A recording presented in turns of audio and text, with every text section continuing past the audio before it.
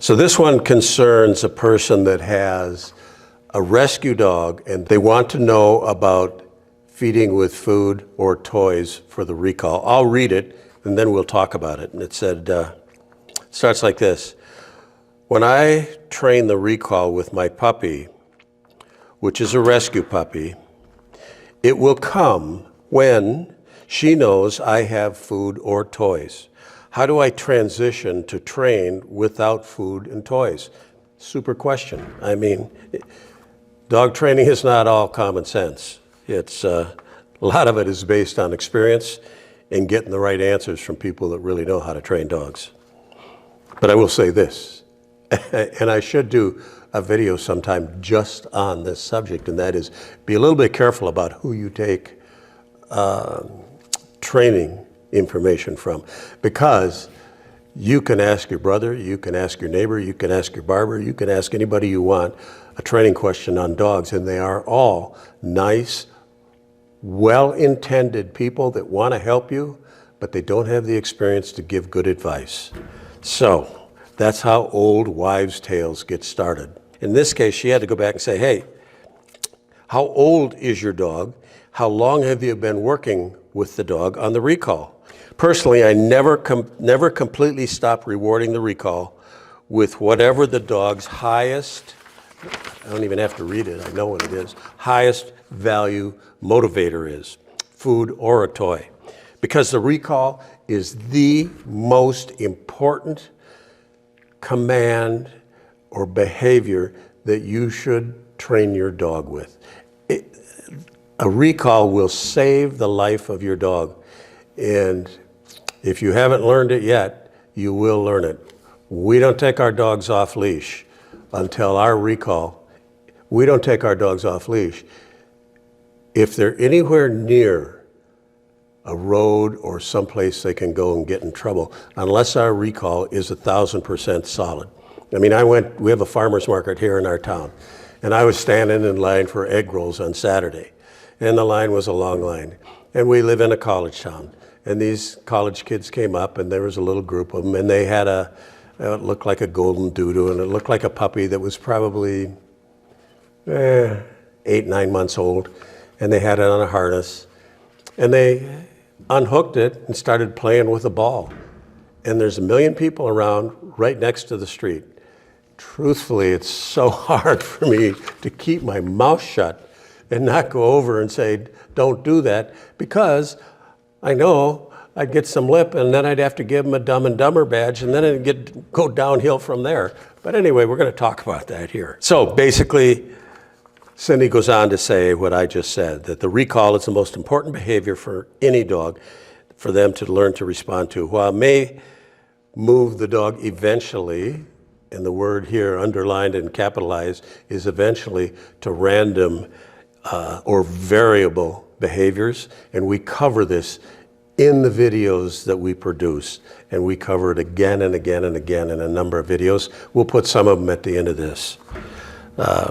And in the end, we reinforce the recall with a remote collar. And that's a subject that goes way beyond this question. We're not big on going out and shocking dogs with a remote collar. And I say this in my video. I bred German Shepherds for law enforcement and working German Shepherds for 35 years. I was a canine handler for 10 years on our local sheriff's department. I carried a remote collar every time I got deployed in those 10 years with my dog. I maybe only used it once in 20 deployments. And oftentimes, I would only use it on the vibration feature. I did not have to use stimulation on the dogs. And now I have little dogs. So for 35 years, I had German Shepherds, and we had a breeding facility, and a first-class one. Now I have a Shih Tzu, Rosie, I think she's 8 years old. We have a Border Terrier, Stella, who's 11 or 12. And we have a Chihuahua, Pip, who's a year and a half old. I've never even started to use, and I will use a remote on the Chihuahua, but probably never ever have to use it with stimulation. I just use it for the vibration feature. And Rosie and Stella, when I take them out in the morning, they get the remote collar on. And I don't remember the last time I had to stimulate them with what people call electricity, because it's not electricity, but I won't go into that. But I use the vibration feature on it. And that's all I need to do. It doesn't hurt them a bit. It's just there to remind them. But that's not what we're talking about here. The person comes back and says, thank you, our newest rescue is a 2-year-old Dachshund Beagle mix. So there's a lot of prey drive. She has manners, but not much training. Cindy goes on to say, well, since you haven't had the dog that long, we would never take that dog off leash. If you take your dog off leash and there's something more interesting over here, which is what I was talking about with these college kids, they're next to the street.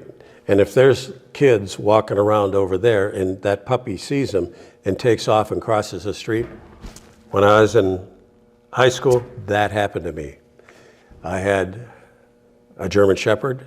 I was, I think, 15 or 16. He was my best friend. I had him trained to hand signals. I had him every day. I'd walk him before I go to school, walk him when I come home from school. I read all the books back then. Keep in mind, I'm 75 years old, so that long time ago. There were no videotapes then. But one day in the morning, I didn't have him trained to a recall under distraction at all, because I wasn't smart enough to know that I had to do that. And he took off chasing the cat straight across the schoolyard. We were a block from the schoolyard, and I would walk him before anybody even got there in the morning, right in front of a car. I couldn't stop him by hollering. Car hit him, killed him. It's devastating to see that happen. And it can happen so quickly. So it comes under the category of you're okay until you're not. And usually when you're not, bad things happen, and they happen very quickly. There's nothing wrong with keeping a dog on a long line. One of the mistakes that I've made in some of my training videos was I talked about flexi leads and how they're such a bad idea. I'm going to preface this why I said it. I said that back shortly after and when I was working on the Sheriff's Department, because flexi leads on strong, powerful dogs are not a good idea, because they can take off, they can run around your pants or your legs real quick, cut you when they pull on it so hard that it just cuts right through your leg or through your socks. But on puppies, where you have control of them, it's an easy way to take a pet dog that's reasonably well trained for a walk on a flexi lead. And you can push the button and stop them. And if the dog gets too big and it's not minding you and it needs more correction, then you got to move them onto a leash, a leather leash preferably. Cindy makes a good point that I forgot here too. By letting your dog off leash and run around and not having a high enough food value or toy value, toy with you when you call them, and the dog thinks this is more interesting over here than that little hunk of food you've got, and they blow you off, you're allowing them to practice bad behavior. And the more you allow them to practice bad behavior, the harder it is, and the more amount of force you're going to have to use in later training to get them to learn that, hey, when he asks me to do something, I need to do it. And if you always have a high value food reward or the dog's favorite toy and he's on leash, it's going to become a reflexive reaction. You say the dog's name, it turns and comes. Doesn't even think about it, it just does it. My dogs, my little dogs, they do that because I've called them 1,000 times, and every time I call them, they either get a high value food reward or get their toy, or with the older ones, they get a vibration on the remote collar if they don't mind. So just keep that in mind.